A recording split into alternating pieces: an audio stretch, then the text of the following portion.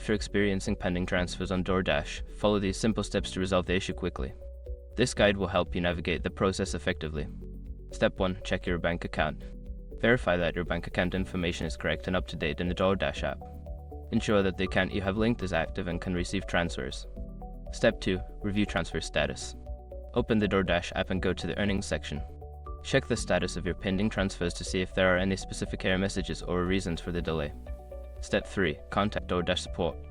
If the issue persists, reach out to DoorDash support through the app. Use the help section to submit a request or chat with a representative who can assist you with your pending transfers. Step 4. Wait for processing. Sometimes transfers may take longer due to bank processing times.